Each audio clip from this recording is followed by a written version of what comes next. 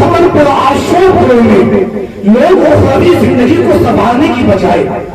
آخرت کی زندگی کو ٹھیک کرنے کی بجائے دنیا کی زندگی کو سنبھالنے کی کوشش کر رہے ہیں۔ اللہ کو کچھ لوگوں کا مائنڈ، کچھ لوگوں کا ذہن بس یہ بن چکا ہے کہ دنیا کے اندر بڑی بڑی گاڑیاں چلانا یہ کامیابی کا راز ہے، سونا چاندی اکٹھا کرنا یہ کامیابی کا ذریعہ ہے، دولت خریدنا، زمین خریدنا یہ کامیابی کا راز ہے۔ میرے بھائیوں، آپ میری بات کو غلط نہ سمجھے، آپ یہ نہ سمجھے کہ ملک دیکھو پیسہ کمانے کے لیے منع کر رہا ہے، ملک دیکھو دولت کمانے کے لیے منع کر رہا ہے۔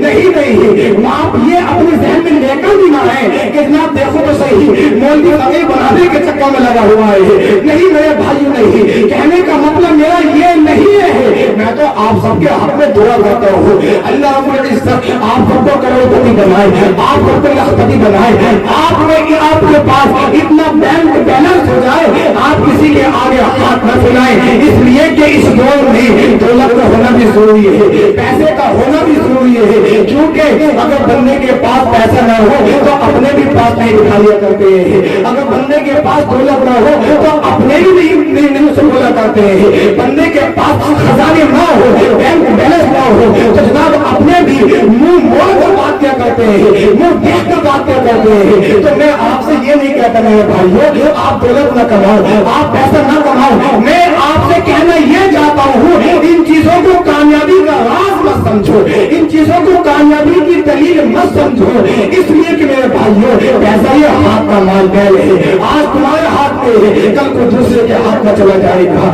میرے بھائیو ان چیزوں کو کامیابی کا راز نہیں سمجھنا چاہیے۔ میں آپ لوگوں کو بتاتا ہوا چلو جھوپڑی میں رہ کر خدا کی عبادت کرنے والا کامیاب ہے، غریبوں کی مدد کرنے کا نام کامیابی ہے۔ میں آپ لوگوں کو بتاتا ہوا چلو ماں باپ کا ادب و احترام کرنے کا نام کامیابی ہے، اپنوں سے بڑوں سے عزت کے ساتھ میں پیش آنے کا نام کامیابی ہے، اذان سنتے ہی مسجد میں جانے کا نام کامیابی ہے، جماعت کا اہتمام کرنے کا نام کامیابی ہے، صبح کے وقت میں اٹھ کر رب تعالیٰ کا وطاعلہ کی بارگاہ میں سر جھکانے کا نام کامیابی ہے۔ میرے بھائیو یاد رکھو آپ حضرات اگر دولت یہ کامیابی کا راز ہوتا تو قارون کو سب سے بڑا کامیاب ماننا پڑے گا، اگر بادشاہی یہ کامیابی کا راز ہوتی میرے بھائیو پھر ان کو سب سے بڑا کامیاب ماننا پڑے گا، اگر کوئی ایسا عوام موج مستی یہ کامیابی کا راز ہوتا تو میرے بھائیو حضرت بلال حبشی کا سب سے بڑا دشمن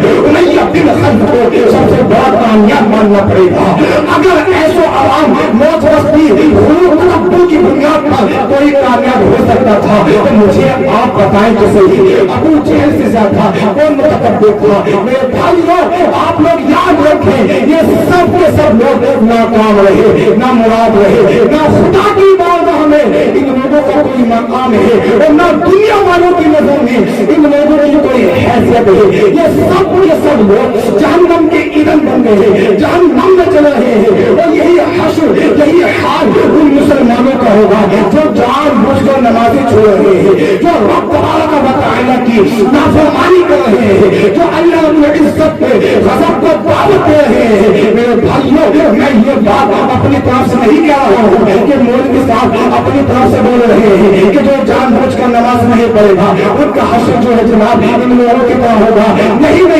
یہ بھی میرے نبی کی حدیث بول رہی ہے، آقا ارشاد فرماتے ہیں وَمَن لَّمْ يُحَافِظْ عَلَيْهَا لَمْ تَكُن لَّهُ نُورٌ وَلَا بُرْهَانٌ وَلَا نَجَاةٌ فَكَانَ يَوْمَ الْقِيَامَةِ مَعَ قَارُونَ وَفِرْعَوْنَ وَحَامَانَ وَمَن لَّمْ يَخْلَفْ، یعنی جو نمازوں کی پابندی نہ کرے گا تو نہ تو اس کے لیے برہان ہوگا، نہ اس کے لیے نور ہوگا، نہ اس کے لیے بخشش کا کوئی ذریعہ ہوگا، بلکہ قیامت کے دن اس کا حشر قارون کی طرح ہوگا، اس کا حشر فرعون کی طرح ہوگا، اس کا انجام حامان کی طرح ہوگا۔ میرے بھائیو وہ بے غنیمت ہے اس دنیا میں جب تک زندہ رہو رب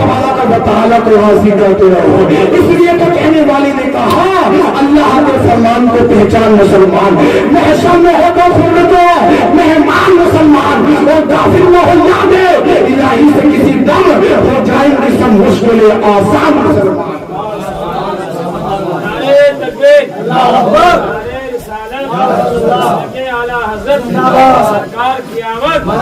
سرکار کی آمد